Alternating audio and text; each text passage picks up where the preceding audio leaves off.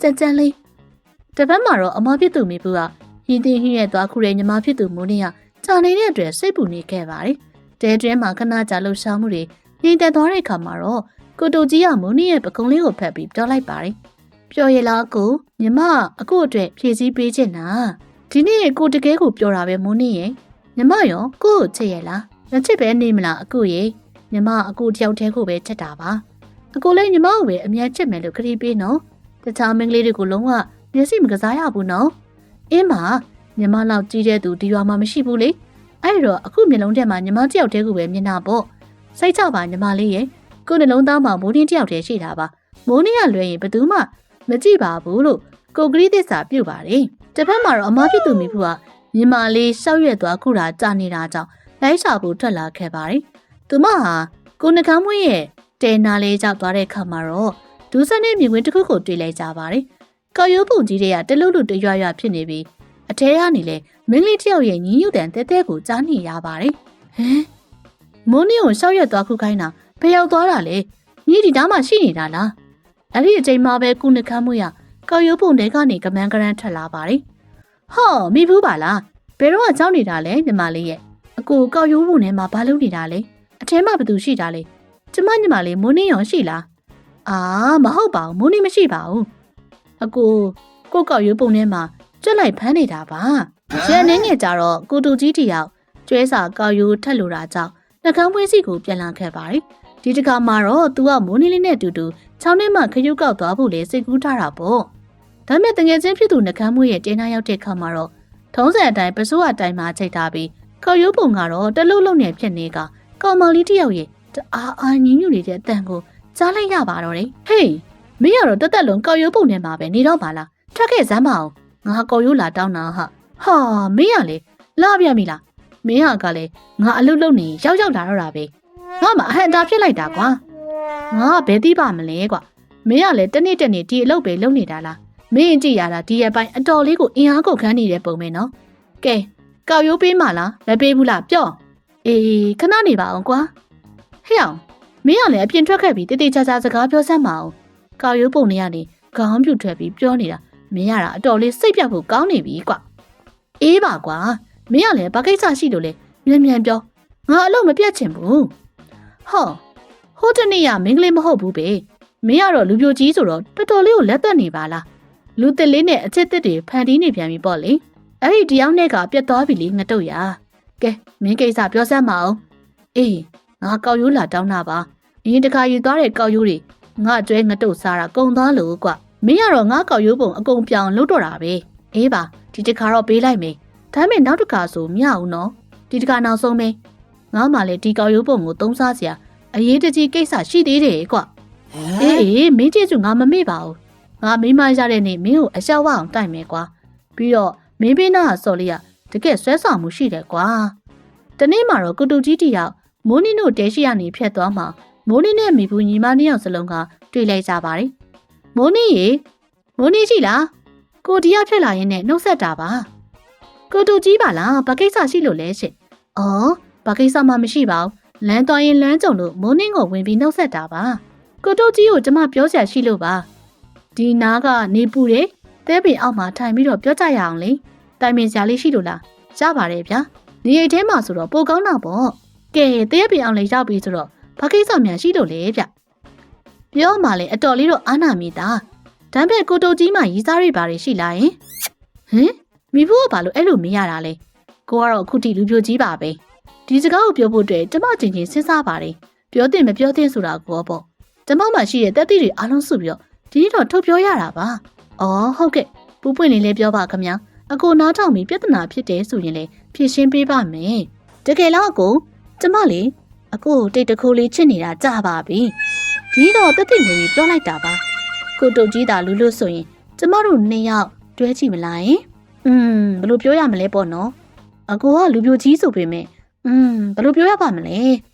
ဘယ်လို့မှမပြောပါနဲ့အကိုဘွားလူပြိုကြီးတကားမှမပြတ်သေးဘူးမလားညီမနဲ့တူတူလူပြိုဘွားကိုပြတ်ကြည့်မလားယင်ဒီစကားကိုအကွယ်ကနေကိုနားထောင်နေတဲ့မိုးနေကမြရှင်ထဲမှာဘုံဘုံလေးမတက်ခန်းစားလိုက်ရပါတော့တယ်အော်အမချစ်နေတဲ့သူကအကိုတုတ်ကြီးဖြစ်နေပါလားငါကလည်းအကိုနဲ့ဂရုတွေထားခဲ့ပြီး အခုအမကလေသူ့ကိုအရင်ချစ်နေတယ်ဆိုတော့ငါဘယ်လိုလုပ်ရပါမလဲအမကိုလေစိတ်ဆင်းမရဲစေချင်ဘူးအခုကိုလေလက်မလွတ်နိုင်ဘူးငါရင်ထဲမှာတကယ်တော့ပူလောင်လိုက်တာမိုးနေကသူမရဲ့အချစ်နဲ့ညီမတန်ရုံးစင်ကြမှာပြာများနေပါတော့တယ်အမဖြစ်သူရဲ့ပျော်ရွှင်မှုကိုကြည့်ချင်ပေမဲ့ကိုချစ်သူကိုပေးဆက်ဖို့ဆိုတာကလည်းမလွယ်ကူလာပါဘူးဒါကိုပြချင်းဖို့ဆိုရင်ကိုနှကမ်းမွေးစီပဲသွားရတော့မယ်သူကလည်းလူလဲဆိုတော့ဒီလန်တစ်ခုခုပေးနိုင်မှာပဲဟောမိုးနေပါလားဒီနေ့ဘာထူးကြလို့အခုနှကမ်းမွေးစီရောက်လာတာလေအခုကတော့အမြဲတမ်းအစ်စ်မယ်နော်မိုးနေသာအခုရဲ့ချစ်သူဖြစ်ပေးမယ်ဆိုရင်တသက်လုံးရှည်လက်တွဲပြီးပျော်ပျော်ကြီးနေသွားမှာအခုလဲအခုရင်မိန်းမတွေကိုကိစ္စရှင်းပါအောင်အခုမိုးနေလာတာကအခုကြီးစီကအကူကြီးတစ်ခုတောင်းချင်လို့ပါရပါတယ်ညီမအတွက်ဆိုကြက်ပဲဖမ်းရမိုးကောင်းကင်ပေါ်ကဒူဝင်ကျဲကိုပဲတက်ခုရညီမလေးစိတ်ချမ်းသာမယ်ဆိုရင်အားလုံးပေးပါမယ်ကဲပြောအခုဘာကူကြီးပေးရမလဲတခြားတော့မဟုတ်ပါဘူးအခုကြီးကညီမရဲ့ချစ်သူအဖြစ်ခဏလောက်ဟန်ဆောင်ပေးနိုင်မလားဟင်ဒါဘလို့ဖြစ်နိုင်မှာလဲမိုးနေရဲ့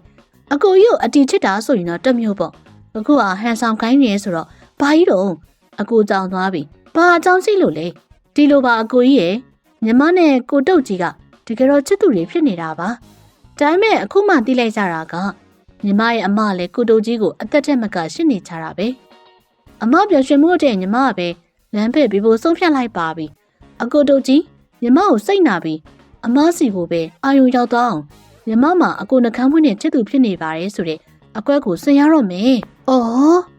ညီမတန်ရောစနေကကြီးမားပါလား။အေးပါမိုးနှင်းပြောမယ်ဆိုရင်အကိုကြီးကတော့ကုညီပေးဖို့အသင့်ပါ။တူကြီးလိုက်ရင်အကိုဆွမ်းပြလိုက်မယ်။ကျေးဇူးတင်ပါတယ်ကိုကြီးရဲ့။ညီမအကိုကြီးရဲ့ကျေးဇူးကိုတနည်းမဟုတ်တနည်းနဲ့ပြန်ဆက်မှာပါ။ကိုတူကြီးတယောက်ကိုနှကမ်းမွေးနဲ့တူချောင်းထဲမှာငါးတူ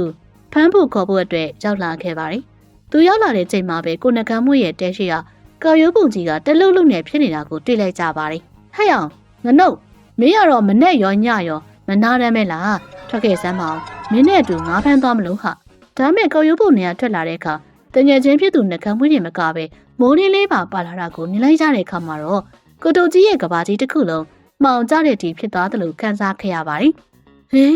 ်မိုးနေညီမဘာလို့ဒီမှာရှင်းနေရတာလဲအခုလို့ရင်ကို့ကိုဂရိတွေပေးထားပြီးဘာလို့ဒီအယုတ်တမကောင်ငနှုတ်နဲ့ဒီလိုနေရာမှာမင်းဘာမှရှင်းပြနေစမ်းမလို့တုတ်ကြီးအခုမိုးနေကငါချစ်သူဖြစ်သွားပြီငါတို့နှစ်ယောက်အခုပဲကောက်ရုပ်ပုံတွေမှာပျော်ရွှင်နေကြတာမင်းမြင်တဲ့တိုင်းပဲလေမင်းငါတို့ကြားထဲဝင်မရှုံနဲ့အေးစစ်စစ်ပြန်လိုက်ပါတော့မိုးနေကလည်းရှင်ထဲမှာအသေးကွဲမထည့်ခံစားရပေမဲ့အန်ကျိတ်ပြီးပြောလိုက်ပါတယ